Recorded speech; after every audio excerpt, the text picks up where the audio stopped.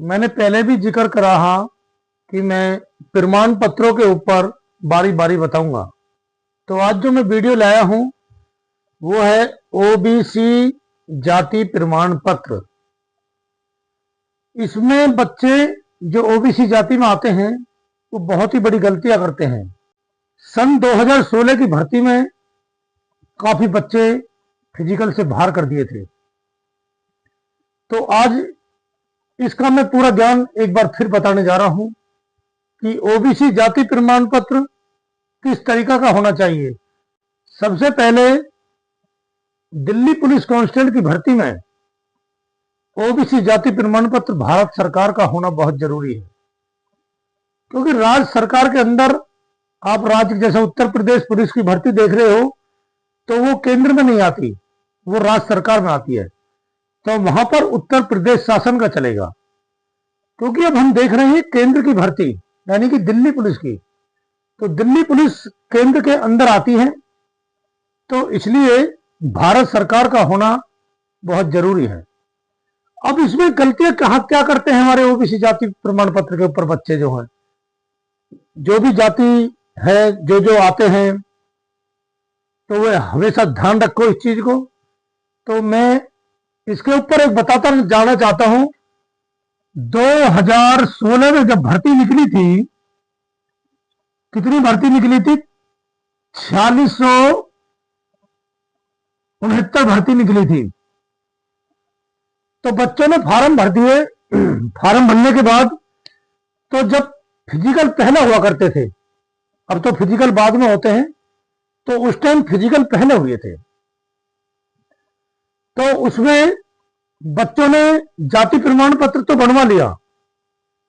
जब अचानक उसको कहा कि 3 साल के बाद का जिसका भी पुराना है वो नहीं चलेगा। अब बच्चों ने क्या कर रखा था, वो एक बार बनवा रखा था। तो ये सिस्टम 2016 की भर्ती में लागू कर दिया गया और अचानक कर दिया गया। बच्चों को पता भी नहीं चला इस चीज का, क्योंकि जैसे अब ईडब्ल्यूएस चलाया है 2019 से, तो उसमें आय संपत्ति देखी जा रही है। तो ऐसे ही 2013 में लागू किया था ओबीसी का।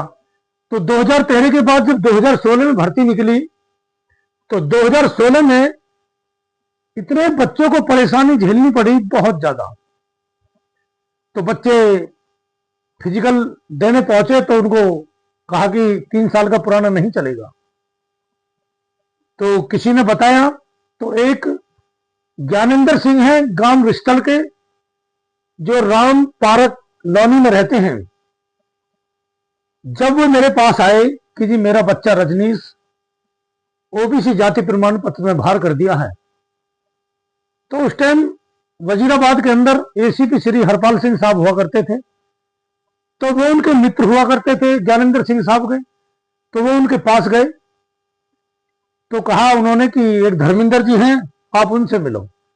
तो मैंने उन्हें बताया कि देखो ओबीसी जाति प्रमाण पत्र आप जो है नया बनवा लाओ। अगर आप नया बनवा लाओगे तो मैं इसको कोर्ट के द्वारा साबित कर दूंगा कि ये सही है। तो उन्होंने कहा कि कोर्ट के लिए तो बहुत लंबा टाइम लगेगा। तो मैंने कहा कि देखो फिजिकल 2-2.5 महीने चलेंगे, तो जिस दिन लास्ट डेट होगी उस दिन आपके बच्चे का फिजिकल हो जाएगा। तो वो एसीपी साहब के पास पहुंचे ज्ञानेंद्र सिंह साहब, तो उन्होंने अपनी बातें बताई। फिर एसीपी साहब ने कहा कि भाई जो वो कह रहा है वो ठीक है, उनकी बात मान लो आप। तो उन्होंने मेरी बात मानी। तो वो अपने लड़के का ओबीसी जाति प्रमाण पत्र नया बनवा लाए, बनाने के साथ साथ और बच्चे भी बनवा लाए।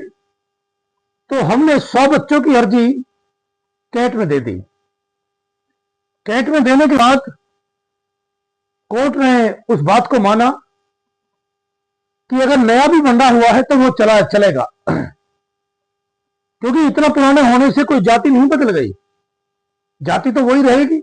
हाँ, अगर उस पर नया नहीं है तो वो बाहर कर दिया जाएगा। तो वो बच्चे नए बनवा के ले आए। उसके बाद उनको ऑर्डर कर दिया कैट ने। ऑर्डर होने के बाद उन बच्चों के फिजिकल नई पुलिस लाइन कैजुए कैंप में हुए। काफी बच्चे मुझे याद हैं क्योंकि सबसे बड़ी गवाही तो हमारी है, रजनीश है जो विस्थल के रहने वाले हैं, जो राम पार्क में रहते हैं लौनी में। तो एक हमारे दिल्ली पुलिस में जगवान भडाना जी हैं, हम उनके साथ भी गए थे उनके घर पर। तो उन्होंने जब सुनी बात जो है, तो भडाना जी कहने लगे कि हमारे सर तो की तो बात ही अलग है। तो फिर उनका फिजिकल हुआ। जब वो बच्चा फिजिकल में पास हो गया तो ज्ञानेंद्र सिंह साहब बोले, सर आपका एहसान मैं अपनी जिंदगी में कभी नहीं भूलूंगा। तो मैंने कहा, देखो अभी तो एहसान कुछ नहीं है, लिखित परीक्षा की तैयारी कराओ अपने बच्चे से, जिस दिन लग जाएगा उस दिन हम आपके पास आएंगे।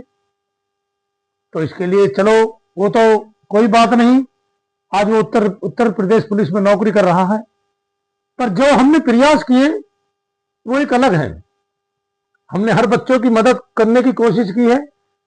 तो आज ज्ञानेंद्र सिंह साहब जो है जाते हैं उनके हम घर पर, तो बहुत ही एहसान मानते हैं हमारा। उनके बच्चे का भी फोन आते हैं हमारे पास। तो ये ओबीसी जाति प्रमाण पत्र के पास, उसके बाद क्या हुआ, फिर मैं उसके बाद राजस्थान पाली में भर्ती, जब फिजिकल चल रहे थे मेरी ड्यूटी लग गई। उसके करने के बाद फिर हमने जब वापस आए तो उसके बाद फिर ओबीसी जाति प्रमाण पत्र के ऊपर बच्चों ने फिर केस लगा दिया। फिर उसके लिए स्पेशल 4 दिन जो ओबीसी जाति प्रमाण पत्र के ऊपर बच्चे थे उनका 4 दिन फिजिकल वजीराबाद में हुआ। काफी ऐसे बच्चे थे जिनकी किस्मत जागी, जिनको ये एहसास भी नहीं हुआ।